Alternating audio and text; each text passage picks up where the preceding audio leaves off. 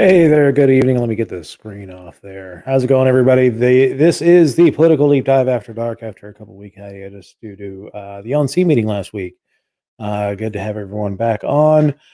Still waiting for the crew members to join me, but we'll go ahead and get started this week. I guess the big news today is that after 12 years in power, Benjamin Netanyahu is officially out of power. So, really cool. I'm happy with that. Um, it seemed that every time Bibi got in trouble, he would like to start wars with Palestine. So remove him from that position, and he's frequently in trouble. I think he's under investigation for a couple of different bribery scandals and use of his office for political gain. So I'm all for it. Put him in jail. Put him under the jail. I don't really care at this point. So, but this show is interactive. So if you have any questions or hey, if you want to come on, let me know. I'll send you the link. We'll do this chat roulette. But yeah, anyway, for the Israeli situation, this is an interesting development because Israel's had, I believe, four uh, elections in the last 2 years. I mean, it just kind of every 6 months they're going to the polls, and it's because they have not been able to create um, a coalition strong enough to withstand the rigors of governing. It's a parliamentary system, so if you have never been exposed to a parliamentary system, it's all about, can you maintain a majority of the body? If the leader, which is a prime minister, cannot maintain the majority of the body, then they have to call an election, either a vote of no confidence, or they can call a snap election. Not real not often, but there are times where prime ministers do serve out a full term. So depends on the country. It can be 2, 4, 5 years to be the leader of the country, and then they naturally would have to go to the polls. But they can call an election at any time. They can do it, one, because they've lost the confidence of the body, so a new confidence vote. They can do it if they have a perceived advantage at one point. So let's say you've done something that's incredibly popular, and the people are like, your polling is going through the roof. Prime Minister is known to call a snap election in order to take advantage of that to increase their parliamentary majority. So sometimes it works, sometimes it doesn't. I know that Justin Trudeau tried to do it a couple of years ago and didn't, lost seats and pretty much wiped out some of the smaller parties in the country, like the NDP.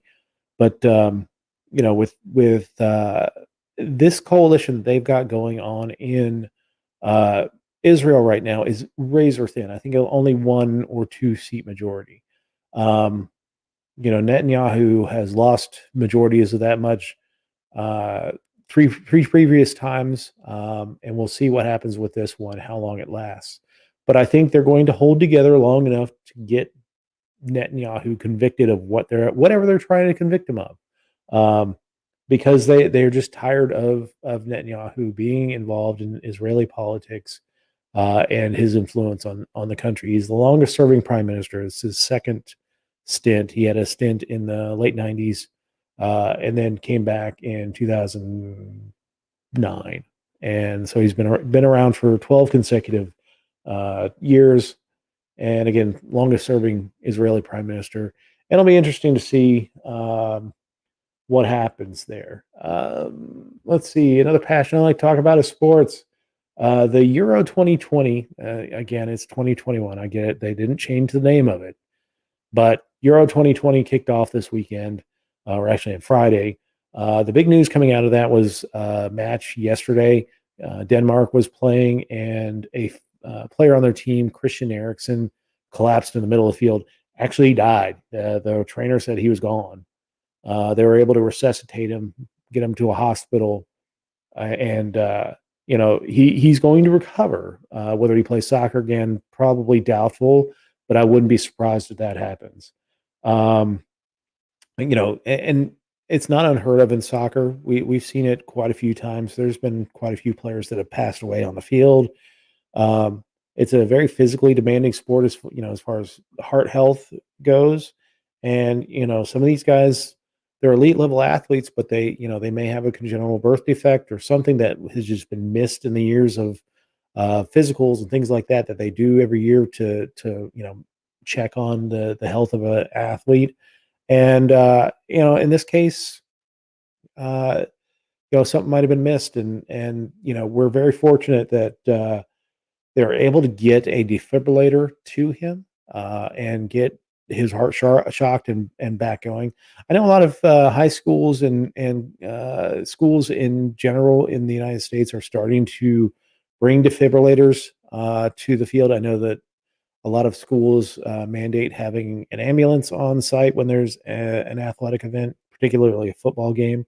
Um, so that if somebody does have a medical emergency, they can get treated at least on the way to treatment very quickly. That's a positive development. Um, the number of players dying on the field have dramatically dropped over the years, despite the sports. The athletes' competition has gotten much stronger. Athletes are stronger. Their ability to uh, you know deliver and withstand contact that man,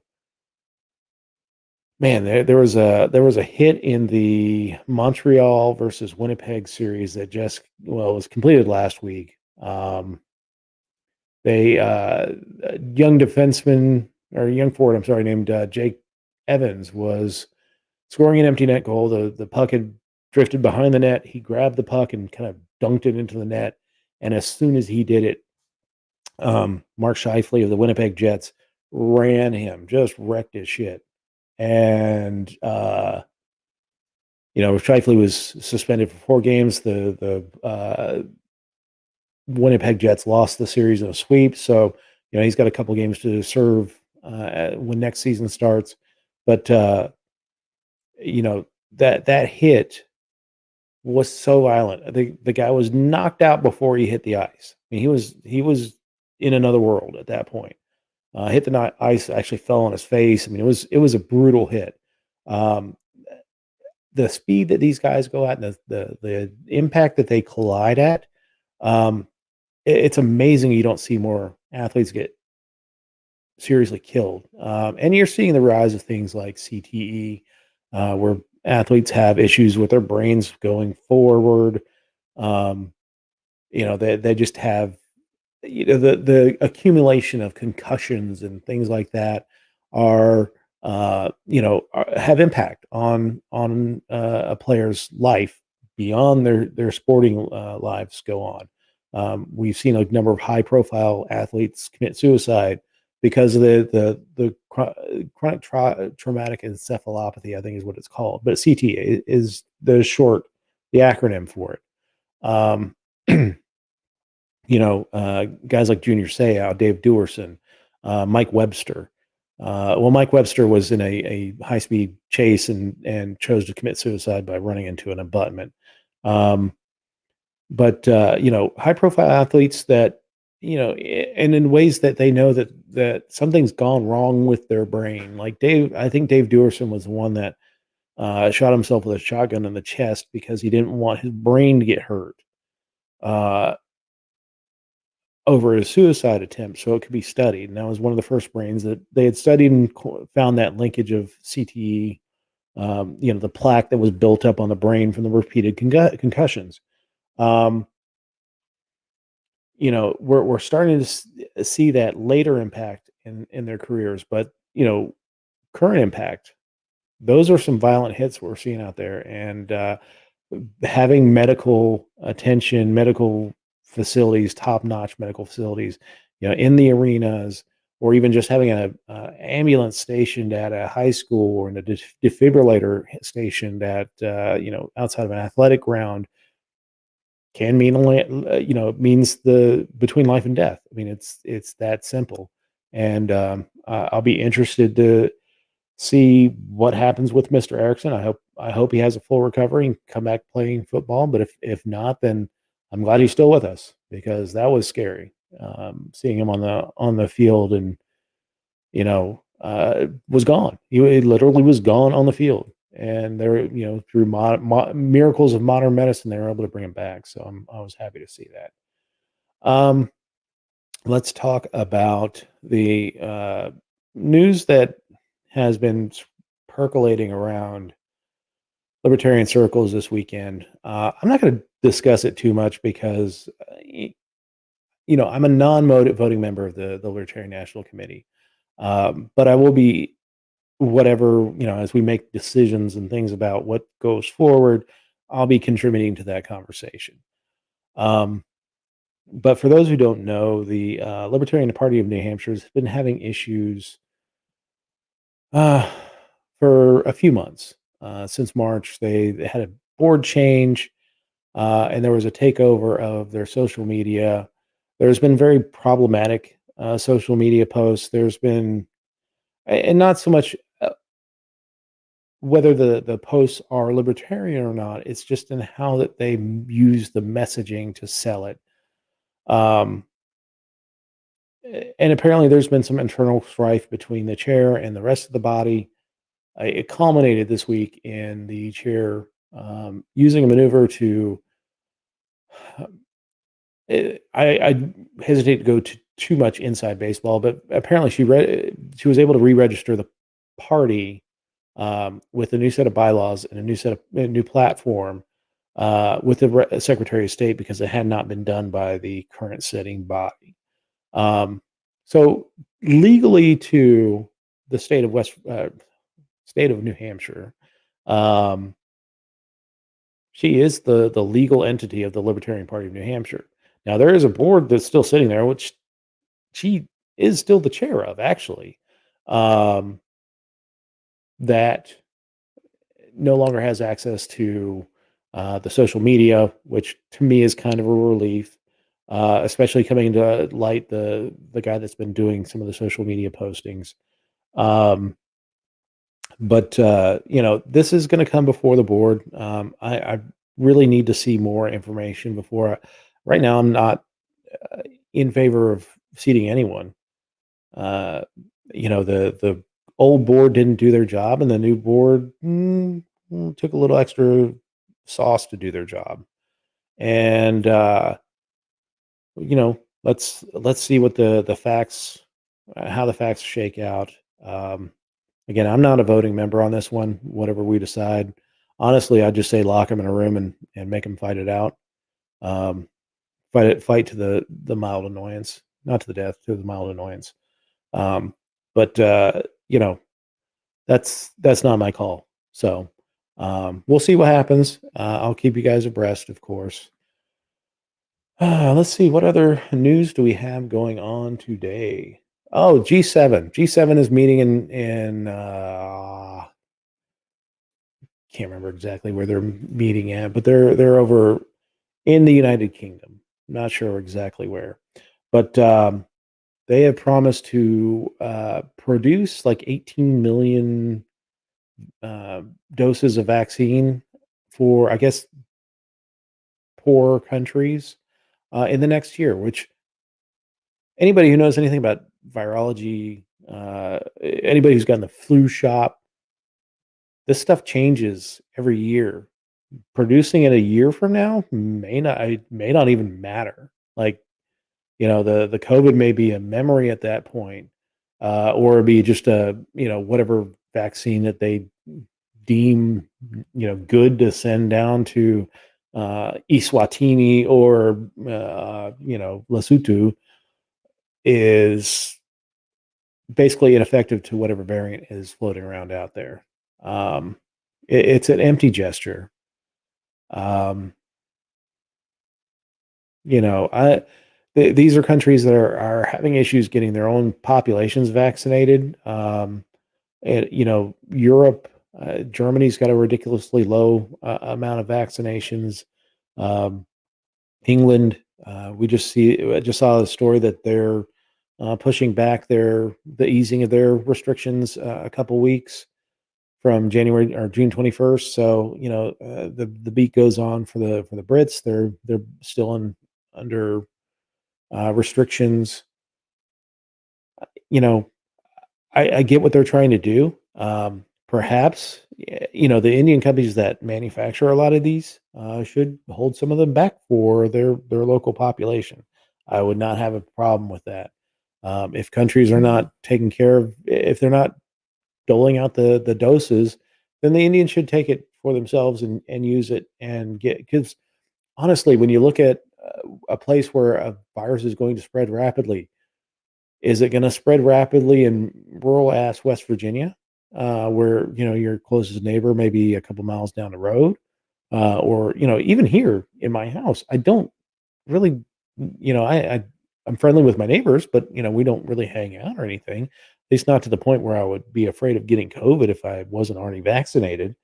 Um, or is it going to be in a city, a country with cities of unimaginable sizes like Mumbai is, yeah, Mumbai is just massive. Delhi is massive. These in the sanitation is not the best there. So it's no surprise that India got hard hit because you got a lot of people living in very cramped spaces without the best sanitation, and that's why you're seeing you saw the big outbreak there. Those are populations that I would focus on getting vaccinated to make sure that you don't see a COVID running rampant throughout the Indian subcontinent. I mean that's just common sense to me. And the same with China. China's a billion people. They got cities. I mean, I think New York would be the 10th largest city in our largest city would be the 10th largest city in China. And there are cities that are bigger than New York that you would be hard pressed, even if you're fairly familiar with China, to locate these cities on a map. Not massively well known. Sure, you have your Shanghai, got your Hong Kong, you got your Beijing, but Chengdu and some of these other cities that are just mind-bogglingly large. Yeah, these are places where you want to get the vaccine because you want to make sure that you inoculate closely, densely packed populations. But we get them here. That's cool. Get the vaccine, don't get the vaccine. I don't care. You do you. Mm, You know, take care of yourself. Um, let's see. The Drudge Report saying that there's another Clinton murder. Some television news anchor apparently suicide, who wrote a Clinton expose about a meeting between Clinton and Loretta Lynch on the tarmac. Uh, you know, who knows? Lord. Um, oh, we were talking about this on the Deep Dive main show with Jess Mears. Jess Mears is absolutely lovely. She's a much younger than I am, but I completely look up to her because of all the things she's done within the party and she continues to do in the private sector. But we talked about space, and this week Jeff Bezos sold off the third seat in his rocket in an auction that ended very quickly. I think in like 10, 13 minutes, something like that, but got $28 million from some rich guy that had more dollars than cents to fly in, be the first, I guess, tourist, one of the first three tourists in space. Um, and hey, Mazel Tov, if you got the money, you want to drop it on that.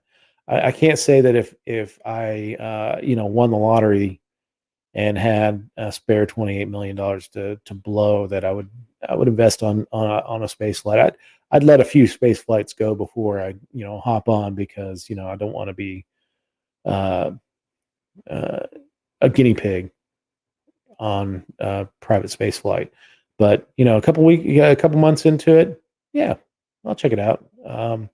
I'm the kind of guy that when the new iPhone, or well, I don't do iPhones, but when the new Samsung phone comes out, I don't buy it immediately. Don't go for it immediately, because the first iteration is always shit. Just know that.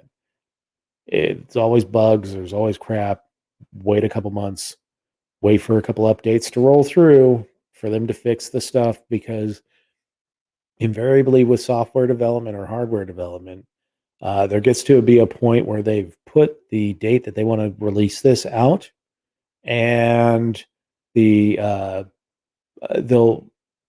rush everything at the end. So there will be things that get forgotten as they rush these things out to market, and that's why you don't get them immediately.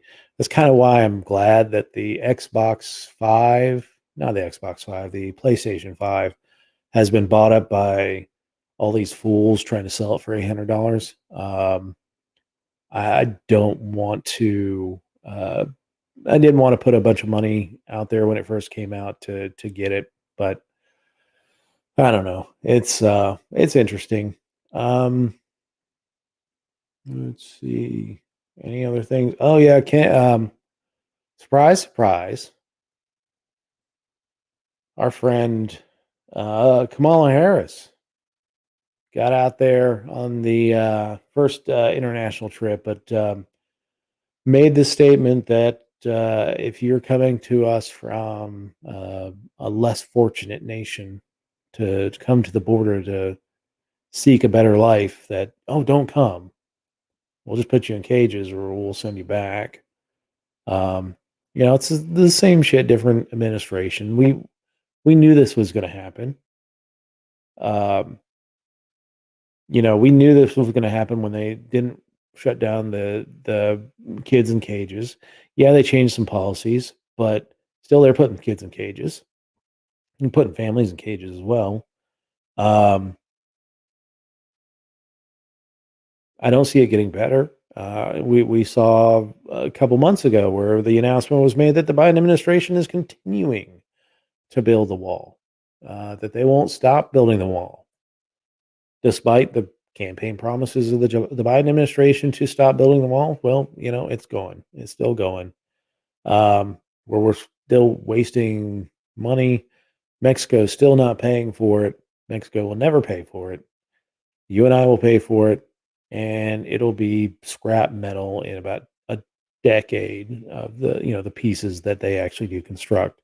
Um, Absolute waste of money, waste of human energy, waste of human liberty because we're preventing people from coming to the United States who want to come here and better their lives, whether it's because our foreign policy has made their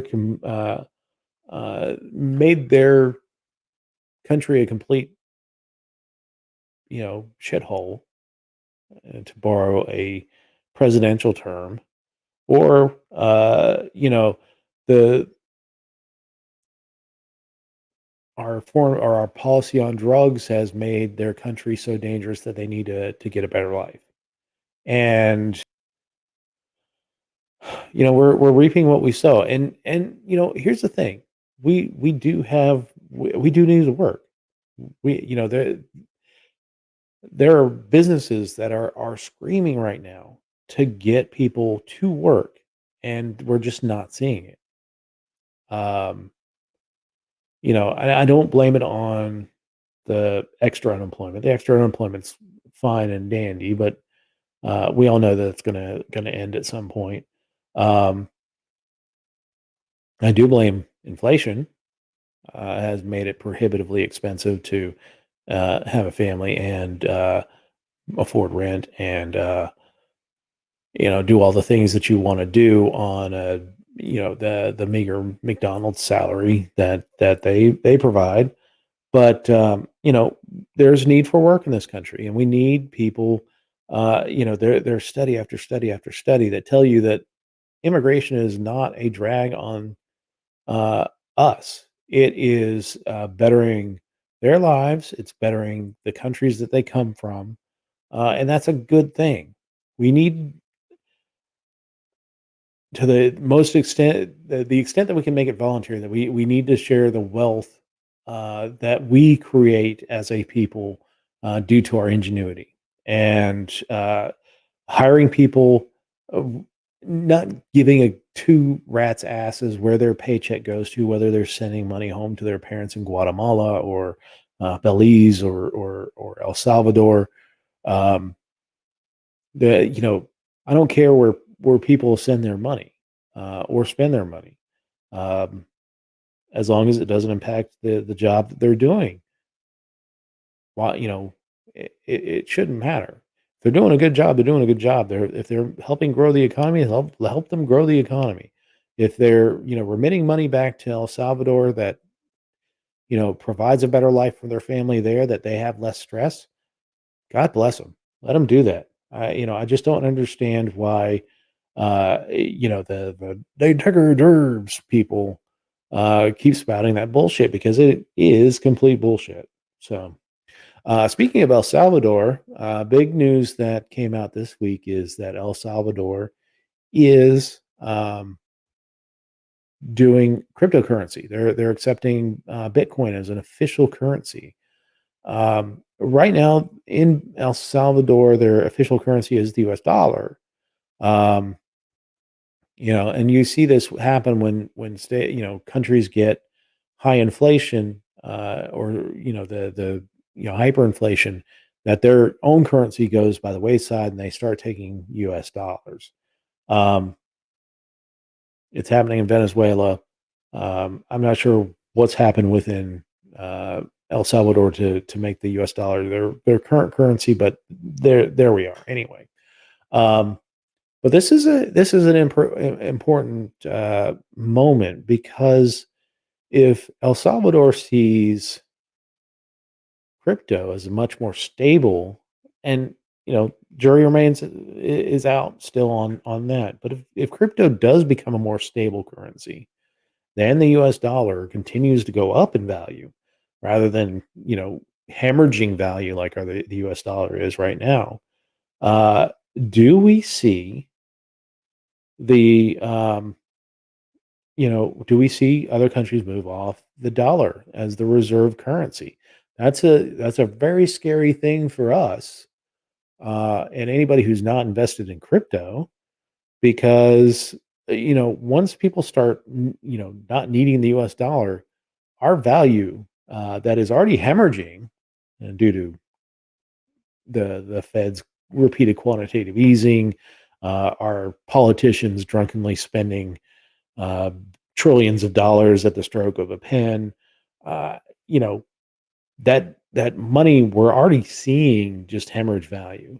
It just takes you a trip to the grocery store, a trip to the gas station, to show that dollar's not buying you as much as it used to.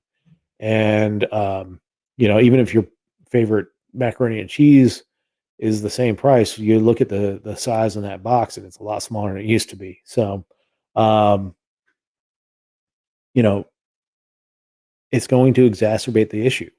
If crypto becomes more stable than the US currency, our currency will die. Our currency will, you want to talk about hyperinflation, you want to talk about bringing trucks of money, you want to find dollars that are overprinted with millions of dollars. Um, that's what's going to happen, because our currency is going to go into the tank, where because people will flee to a stable currency, and a lot of countries will flee to a stable currency that is not tied to the United States, because of the bullying we've done overseas, the bad foreign policies, the wishy-washy foreign policies, whether they hate Biden or they love Trump, or hate Trump and love Biden, it doesn't matter. They want out. Um, the music's playing, two people are circling the chair, and at some point, crypto is going to get the chair, and we're going to be sitting on our butts on the floor.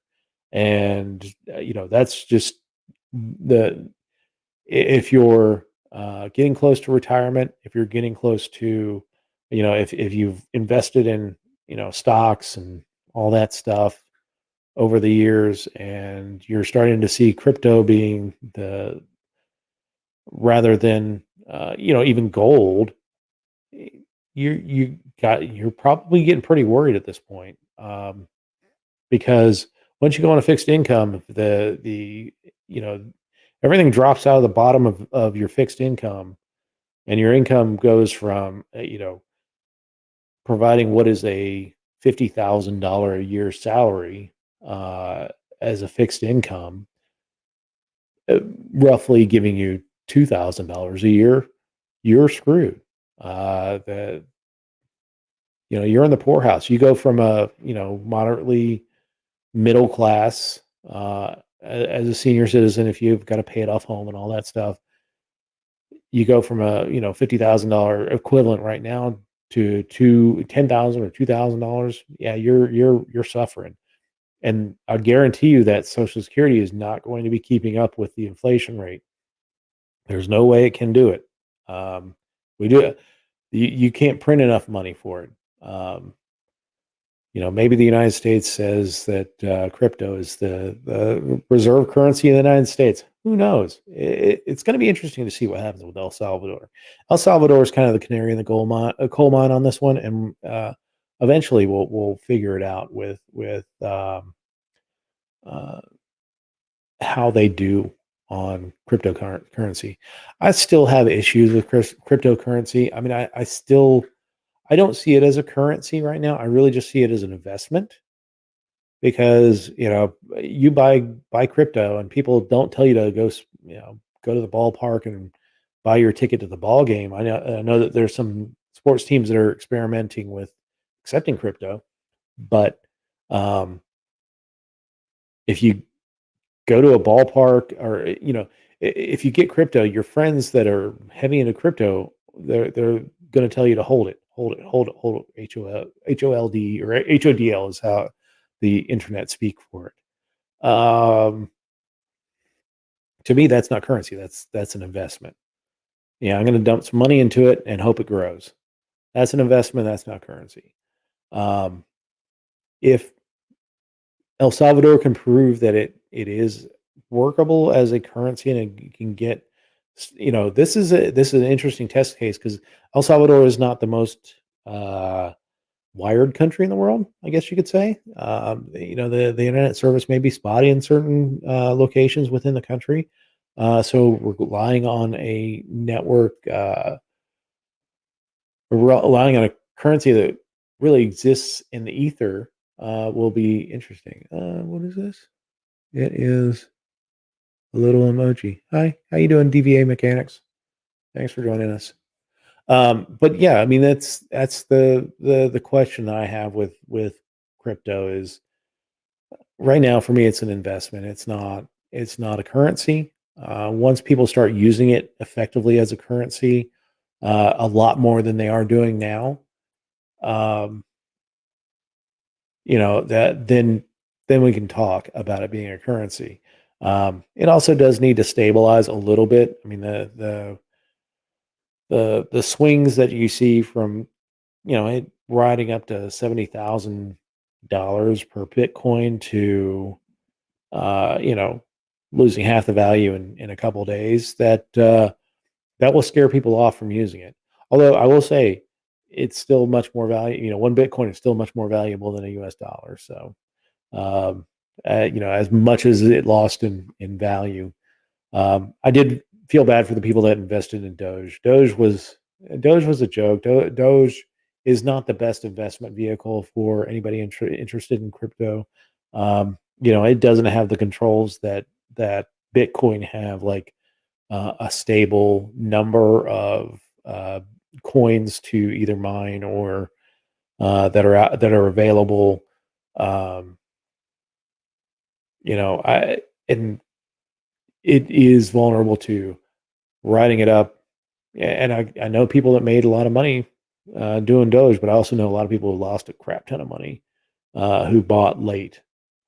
And generally, I will tell you with my investment advice, and I'm not an investment professional, so don't treat it as professional advice. But generally, if you've heard about something, don't invest in it. Like when GameStop and all that fun stuff started happening,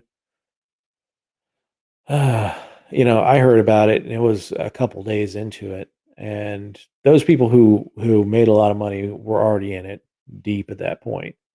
Um, and I hope that the people that got into it early were able to get out before the crash, before Robinhood pulled it off the site and all that fun stuff. Um, but people get burned, and so if you hear about something, unless you're a congressman or a senator, uh, it's too late. If you're a congressman or senator, apparently they get good intel. Uh, they dumped out all those stocks when right before the pandemic shut down and all that stuff, and um, they did in 2008 when the Morgan Stanley and all those investment houses started shuttering. Um, so if you're a congressman uh, and take advantage of your dick, I'll just say that right now. But um, you know, that's about it. Any other stories I want to talk about? Let's go on across the pond here. Let's see. We talked about the G7. They're talking about 1 billion vaccine doses by next year, which is again by next year it may whatever they're producing could be crap. Um, Biden says America is back at the table after the G7 summit. One thing that we didn't cover last week since I was out was the agreement, the global agreement on taxation, corporate taxation. Um, Good luck. You know, I, uh, I'm sure these corporations will already have loopholes built into it, and basically the only people who will suffer are mom and pop small industries that do a little bit of business, whether it be with China or India or Mexico or Canada. Those will be the ones that get stuck with the big tax bill, while the multinational corporations are gonna, they'll have their cutouts built into it. Uh, you know, this is all just a show for the governments to say, "Oh, we're cracking down on those dastardly bastards that don't pay their fair share of taxes." Um, you know, uh, Bezos is going to be able to cut out his stuff. Elon Musk will be able to cut out his stuff. Warren Buffett will still cut out his stuff.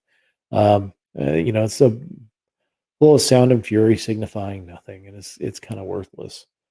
Let's see.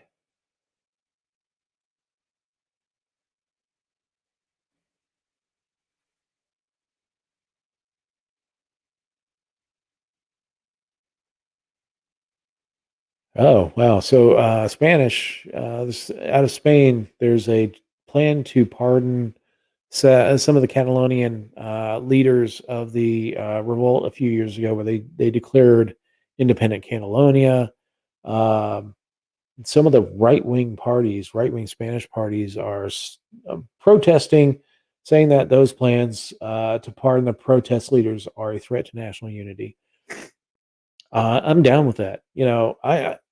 If the Catalonians think that they're better off going it alone, separately from Spain, from Madrid, I rejoice in any people deciding that they should be free of their dominant masters.